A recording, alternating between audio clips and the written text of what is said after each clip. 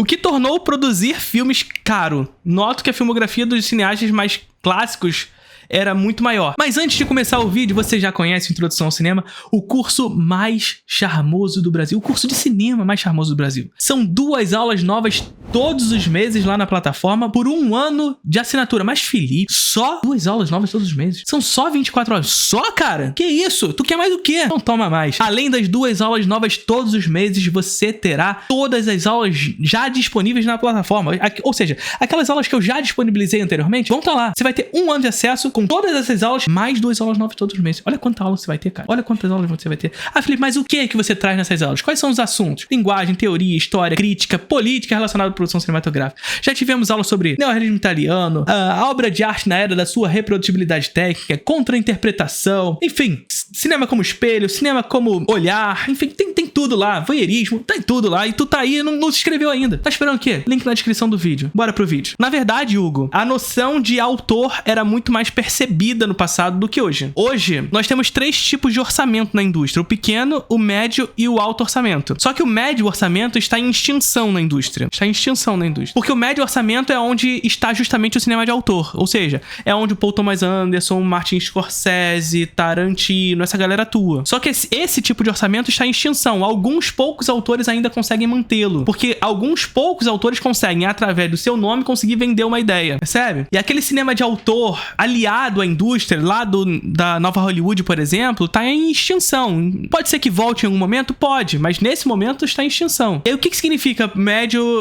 baixo e alto orçamento? O baixo orçamento é onde o autor tá atuando. E é onde a indústria experimenta esses autores, jovens autores. Pra quê? Pra que esses autores sejam experimentados, vê a sua qualidade e joga pro alto orçamento. Aí você vê uma Chloe Zhao, por exemplo, fazendo filmes de baixo orçamento e de repente se fazendo Eternos, sabe? Isso é comum na indústria. E por que se usa muito mais o baixo e o alto orçamento? Porque o baixo orçamento é de baixo risco, né? E assim, o capitalismo ele não atua com alto risco, e é muito por isso que o Estado é o balcão de negócios da burguesia. Não há cinema sem Estado. O cinema é uma arte cara, e por isso não há cinema sem Estado. O mercado privado precisa do Estado para atuar em qualquer área, e especificamente também no cinema. Enfim, e aí o mercado privado se utiliza do baixo orçamento para produzir esses autores e, além disso, um orçamento de baixo risco. E aí, por exemplo, você faz um filme de $1 milhão e você ganha $3 milhões, $5 milhões, lucro. Deu certo. Você não precisa fazer $1 milhão e bater $1 bilhão.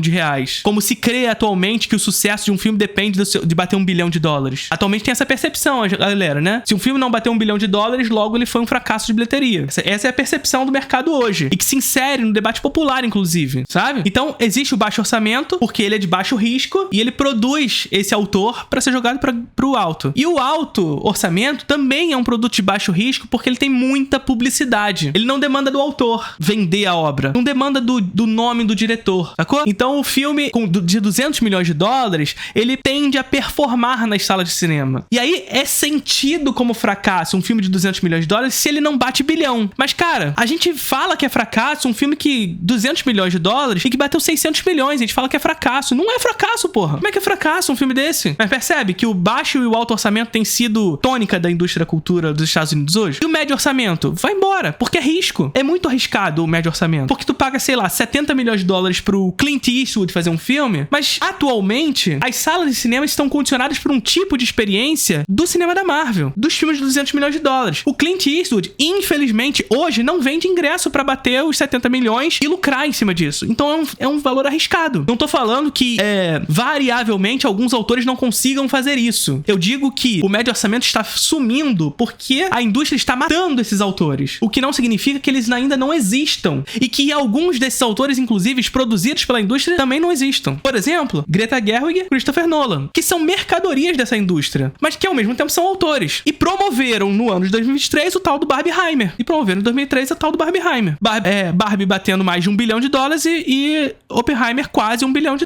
Sacou? Então, assim, os filmes são mais caros hoje do que no passado? Não. A gente tem o baixo e o alto orçamento, sendo a tendência, a tônica do cinema, e a gente sempre precisa levar em consideração também a variação de inflação nisso tudo. Porque as produções no passado ainda tem essa parada. As produções do passado eram produções de estúdio, de grandes produções. Então você pega um filme como Cleópatra, por exemplo, é um filme que demandava de muito dinheiro, que fez, inclusive, inclusive, com que a empresa falisse. Em seguida, entra a tônica da nova Hollywood, onde os autores, por exemplo, para fazer Apocalypse Now, foram in loco filmar. O cinema contemporâneo regressou ao estúdio. Então veja, olha qual é a tônica de Hollywood. Filmava em estúdio, sai do estúdio pra filmar a realidade e volta ao estúdio pra filmar em tela verde. Por quê? Porque tela verde reduz os custos, reduz o tempo de filmagem, permite com que o ator e a atriz possam fazer mais de um projeto ao mesmo tempo, porque ele não precisa sair dos Estados Unidos pra filmar em sei lá onde. Ele faz lá dentro do estúdio a filmagem, o diretor ou o cinegrafista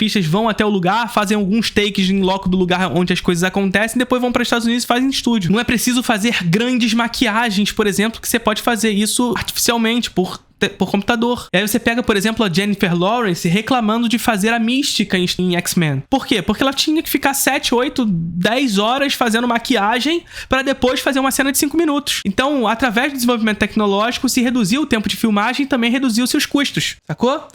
Os diretores no passado terem mais filmes, os diretores autorais, porque provavelmente o que você está perguntando aqui são dos diretores autorais do passado. Portanto, aqueles diretores reconhecidos do passado. Terem mais filmes está intimamente ligado a esse processo onde o autor tem sido morto pela indústria. E não porque os filmes ficaram mais caros hoje, mas porque esses autores estão acabando. Pelo menos estão acabando na grande indústria. Eles estão lá no baixo orçamento. Quer encontrar esses autores? Eles estão lá no baixo orçamento. Tá lá o Kiyoshi Kurosawa, tá lá o Christian Petzold, tá lá o Hong Sang-soo, Vitor Erice. Eles estão lá. Claire Denis, Kleber Mendonça Filho. Os caras estão lá. O Shyamalan, que era um autor do cinema de autor, né? Que era um autor desse médio orçamento. O Shyamalan é um caso desses. Ele era um autor do médio orçamento, mas que perdeu prestígio na indústria muito em razão dessa reação a um cinema realista, e o Shyamalan é um diretor da fantasia, e num mundo onde o realismo ganha muito mais contorno, num cinema onde o realismo ganha muito mais contorno, ele passa a ser escanteado. Ele vai pro baixo orçamento e volta. Ele regressa ao baixo orçamento, sacou? E aí se mantém no médio orçamento hoje poucas pessoas. É o Martin Scorsese, vez ou outro o Clint Eastwood, é o Tarantino, é o Nolan, sabe? Então os filmes não estão mais caros. Os autores que estão morrendo. Ou melhor, os autores estão sendo escanteados por essa indústria. Pela lógica mercadológica. Mais uma vez,